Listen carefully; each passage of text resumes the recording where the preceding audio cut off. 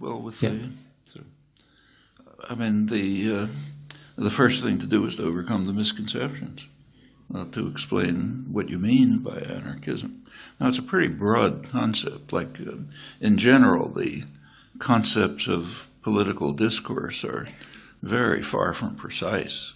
I mean, to try to explain what liberal means or capitalism means, or any term you pick, they're used in highly varied and complex and often contradictory ways, and anarchism is no exception.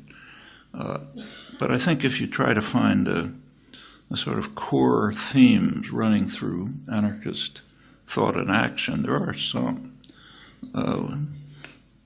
Basically, it seems to me one should think of anarchism as not a specific set of doctrines, but just a kind of a tendency in human thought and action, which tries to detect and discover structures of authority, domination, and hierarchy, and there are plenty of them, and challenge them. Ask them to demonstrate their legitimacy, recognizing that they are not self-justifying. They have a burden of justification.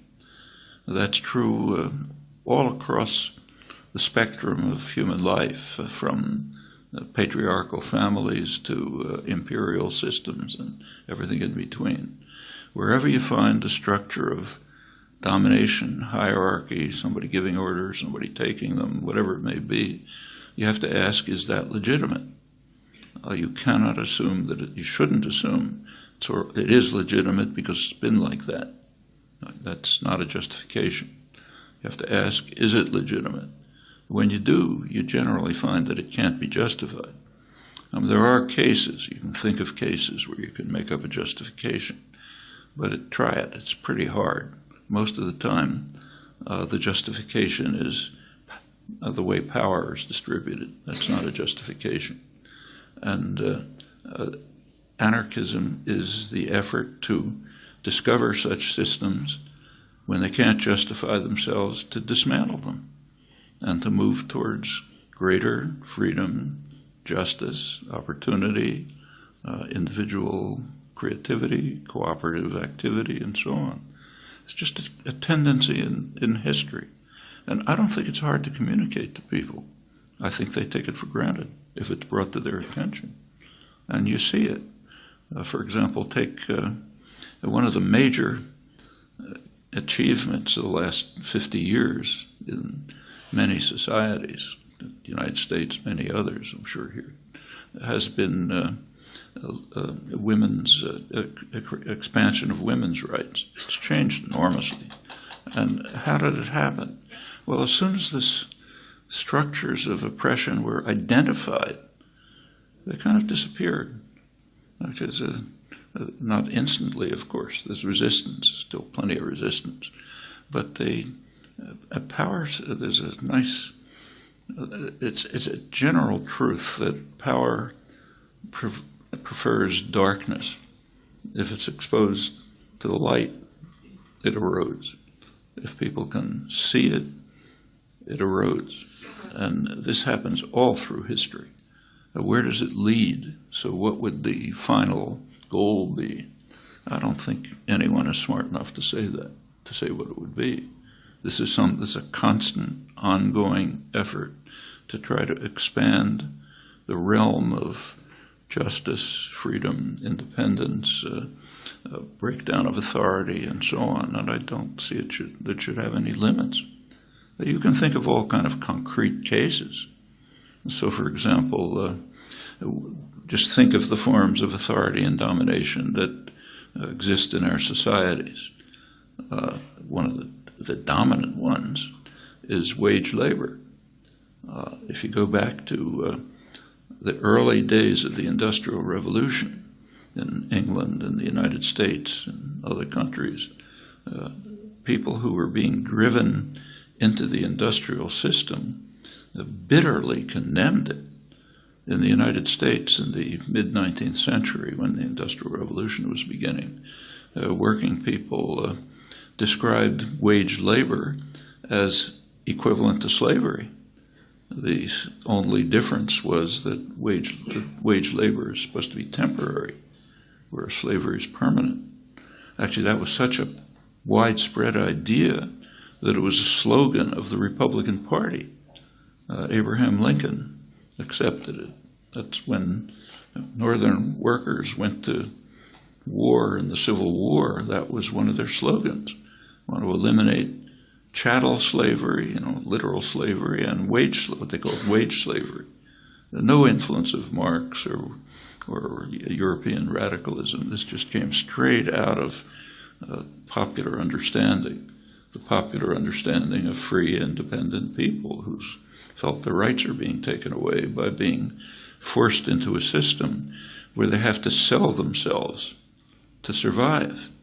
I mean, they understood. You read they had their own. This is the period of the freest press in American history, maybe any history. There's working class press, what were called factory girls, young women taken from the farms and forced into the textile mills, had their own journals. It's very rich literature. And one of the themes was that if you sell what you produce for a price, like you're an independent crafts person, you make something and you sell it, you're selling what you produced. If you work for a wage, you're selling yourself. You're losing your freedom. You're the only thing that you're selling is yourself. You're losing your freedom, your dignity, your independence, your worth as a person. Well, over the century, over the century and a half, this has kind of been instilled into people's heads, and the intuitive understanding of the absolute injustice of this relationship has been kind of suppressed. But I think it's right below the surface. I don't think it takes much for people to recover the understanding that was second nature a century and a half ago. Maybe some work, but that's the kind of thing that organizers and activists ought to be doing. And that's a kind of oppression and domination that I think should be eliminated. And we know how to do it. It should be eliminated by enterprises that are managed and run by their participants. Not a particularly obscure or even utopian concept that happens in many cases. For example, there's in Spain, Basque Country, there's a huge conglomerate, Mondragon, which is more or less run on these principles, not quite, but something like it. It's owned by the participants. They select their own managers. They don't manage it themselves, and they're under recallable and so on and so forth. That's a step towards overcoming the deep oppression of the wage labor system. In the United States, in the old industrial regions, so-called Rust Belt, where the factories have been abandoned and so on, there's a spontaneous spread of worker-owned and worker-managed enterprises, not huge ones, but pretty substantial ones. In fact, they're now one of the more progressive unions, the United Steelworkers, is right now involved in discussions with Mondragon in the Basque Country to try to integrate their activities. These things come very naturally to people. It seems perfectly obvious thing to do, and I don't think there's difficulty in communicating it once people are freed from the oppression that comes from just reflexively adopting the customs and conventions in which you survive. Actually, it's rather similar to the women's movement in this respect. So, for example, if you'd asked my grandmother whether she was oppressed, she wouldn't have understood what you're talking about. That's like asking, does she breathe? If you asked my mother whether she was oppressed, she knew it, and she resented it, but she thought there's nothing you can do about it. My daughter is totally different. They won't even bother answering it. Those are changes. Those are changes that have taken place just through exposing power to the sunlight and seeing it evaporate. And I think this can happen in many domains.